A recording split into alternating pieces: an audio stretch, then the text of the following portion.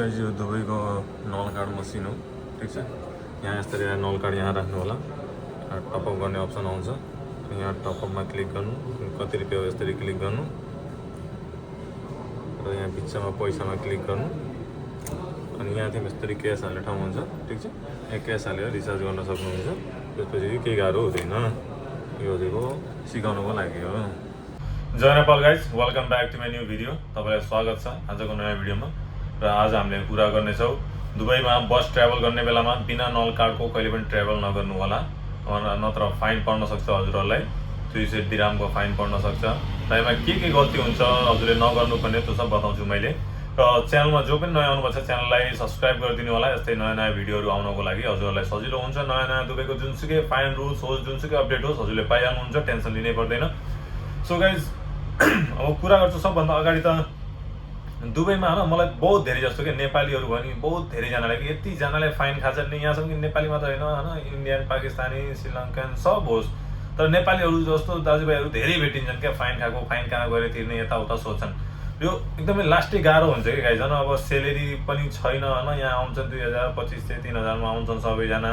1000-1500को नि हुन्छ कसै कसैको। त्यसमै 200-300 फाइन खान एकदमै गाह्रो हुन्छ कि। त्यहीँ त्यस्तै पऱ्यो सिचुएसनमा 400-500, 1000 दिनसम्म पनि फाइन हुन्छ।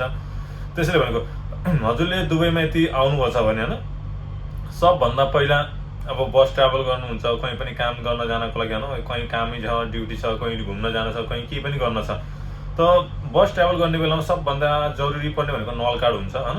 एउटा नल कार्ड हुन्छ। कुनै पनि स्टेसनमा होस्, मेट्रो स्टेसनमा होस्, कहीँ पनि गएर हजुरले एउटा नल कार्ड किन्न सक्नुहुन्छ, ठिक छ। एउटा नल कार्ड किन्न सक्नुहुन्छ र त्यो नल कार्डमा हमेसा ब्यालेन्स राख्नु। ब्यालेन्स भएन भने पनि हजुरले समस्या हो। नल कार्डमा हमेसा याद राख्नु कि हजुरको 7.25 फिल्स भन्दा तल हुन भएन ब्यालेन्स, 7.5 दिराम भन्दा कम हुनै भएन ब्यालेन्स। किनकि मेसिनले एक्सेप्ट गर्दैन। जहाँ बसमा हजुरले पन्चिङ गर्नुहुन्छ त्यहाँ हजुरको पन्चिङ एक्सेप्ट हुँदैन। मिनिमम हजुरले 7.5 दिराम राख्नुपर्छ भनेपछि 10 दिराम मानेर हिँड्नु, 10 दिराम राख्नै पर्छ, न त हजुरलाई बहुत गाह्रो पर्छ। किनकि मान्छेहरूले धेरै जस्तोले सोध्छन् होइन, गाडीमा चढेन होइन, यसरी पन्चिङ गर्दा नि कहिले काहीँ बिप भएको हुँदैन। बिपको आवाज सुन्नुहोस्, त्यहाँ टुट आवाज आउँछ अनि त्यहाँ हजुरको पैसा काटेको देखाउँछ। बल्ल हजुर स्योर हुने कि मेरो पैसा काट्यो भनेर। नत्र हजुर यत्तिकै चढ्नुहुन्छ र जानुहुन्छ होइन, बसमा चढ्यो, बस स्टप हुन्छ, 4-5वटा बस स्टप हुन्छ गाडी रुक्ने। र त्यहाँदेखि गएपछि के हुन्छ, इन्सपेक्टर आउँछ। इन्सपेक्टरले चेक गर्दाखेरि हजुरको नल कार्ड पन्चिङ गरेको भेट्टाएन भने तिनीहरूले के गर्छन्, सिधै 200 रुपियाँ फाइन हालिदिन्छन्। हजुरहरूको केही पनि सुन्दैनन्, गल्ती हो, यो हो, त्यो हो, मैले यो गरेँ, त्यो गरेँ, पन्चिङ गरेको थिएँ, केही सुन्दैनन्। हजुरको नल कार्ड हेर्छन्, त्यसपछि फाइन हालिदिन्छन्। त्यो पनि बहुत ठुलो गाह्रो छ कि। त्यसैले आफ्नो नल कार्डमा कहिले पनि हजुरले 10 दिनभन्दा कम नराख्नु। र प्याकेजवालाहरूको पनि त्यही सिस्टम हो कि जो पनि प्याकेजहरू लिएर बसेछन् कि म ढुक्कै छु, प्याकेज पनि आफ्नो जोन हेर्नु कि हजुर कुन जोनभित्र हुनुहुन्छ। अब त्यो जोनभन्दा बाहिर जोनमा ट्राभल गर्दै हुन्छ भने ब्यालेन्स राख्नु होला, नत्र त्यहाँ ब्यालेन्स पुगेन भने हजुरलाई गाह्रो पर्छ। फेरि फाइन हजुरले पाउनुहुन्छ। त्यो मन्थली प्याकेज गरेछु भनेर पनि हुँदैन त्यसमा, ठिक छ। र बसको भित्र कहिले पनि खानेकुराहरू नलाग्नु होला। मतलब खानेकुरा लान मिल्यो झोलाभित्र, तर नखानु होला, ठिक छ।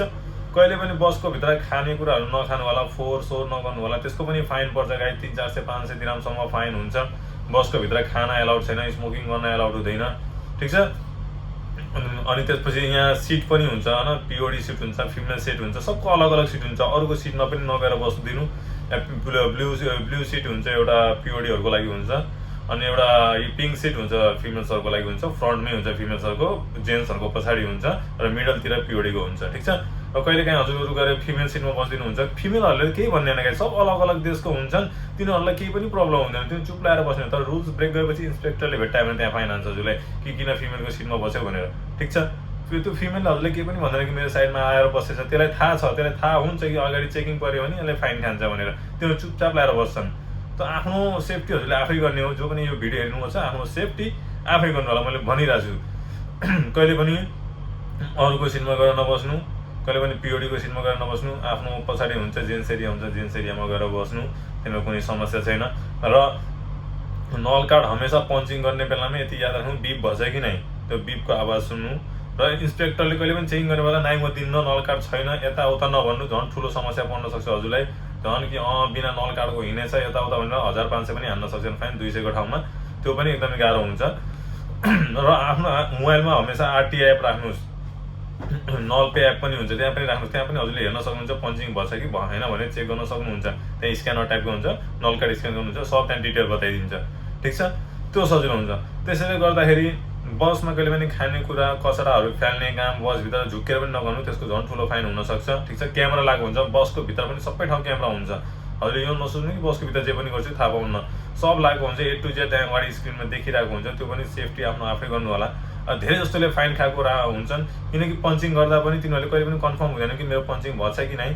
र यो नसोच्नु कि पन्चिङ गर्छु 2 रुपियाँ लाग्छ गाइस पन्चिङ गर्दा, ठिक छ। 2 रुपियाँ 3 रुपियाँ एउटा जोनको हुन्छ, जहाँ जानुहुन्छ 2 रुपियाँ 3 रुपियाँको टिकट हुन्छ। र त्यसको लागि 200 303 हुन्छ, त्यसको लागि बहुत धेरै गाह्रो हुन्छ, दुःख पनि लाग्छ, ठिक छ। त्यसैले गर्दाखेरि पन्चिङ गर्दाखेरि स्योर हुनु कि पन्चिङ भएको छ कि नै। र 2-3 रुपियाँको बचाउनको चक्करमा 200-300 रुपियाँ नगवाउनु, ठिक छ। किनकि हजुरले सबभन्दा पहिला पन्चिङ गर्ने बेलामा चढ्ने बेलामा पन्चिङ गर्नुहुन्छ 7.5 दिराम 8 दिराम जति चार्ज काट्छ पहिला टोटल चढ्ने बेलामा।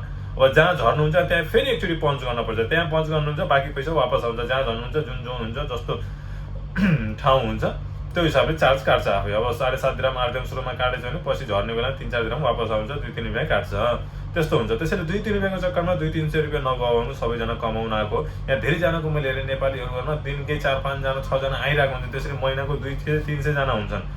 तर सबैले फाइन खाएको हेर्दै आफूलाई राम्रो लाग्दैन। आफू पनि नेपालबाट हो, नेपाली दाजुभाइ बहिनीहरू हुनुहुन्छ र फाइन खानुहुन्छ। र अरू जोसुकै नयाँ पनि आउनुहुन्छ, हमेसा याद राख्नु होला, कहिले पनि नल कार्ड लिएर बस ट्राभल गर्ने बेलामा पन्चिङ गर्नुहोस् राम्ररी। र पन्चिङ गरेपछि स्योर हुनुहोस् पन्चिङ भएछ भनेर, झर्ने बेलामा फेरि पन्चिङ गर्नुहोस्, किनकि त्यो एउटा गल्तीले पनि 200 रुपियाँ फाइन आउने गर्छ गाइस यो बसमा। अनि फोहोर सोहोर भयो, यताउता भयो, त्यो सब नगर्नुहोस्। अनि गाडीको भित्र ड्रिङ्किङ सिङ्किङ गर्ने केही पनि एलाउड हुँदैन, न फोहोर बोल्नु, न कसैसँग झगडा गर्नु, केही पनि नगर्नु गाइस। यो गाडीको भित्र झन् स्ट्रिक्ट हुन्छ रुल्सहरू, क्यामेराले हर समय हेरेको हुन्छ, र इन्सपेक्टर हर स्टपमा हुन्छ। कसैले एउटा कम्प्लेन गर्छ, अरूको 200 को ठाउँमा 500-1000 रुपियाँ पनि फाइन लाग्न सक्छ, त्यस्तै केस पनि बन्न सक्छ। त्यसैले आफ्नो ख्याल आफै गर्नु होला गाइस, यति भन्छु। र च्यानलमा जो पनि नयाँ आउनु छ च्यानललाई सब्सक्राइब गरिदिनु, यस्तै नयाँ नयाँ फाइन रुल्सहरू पाइराख्नुहुन्छ guys. So see you in next video.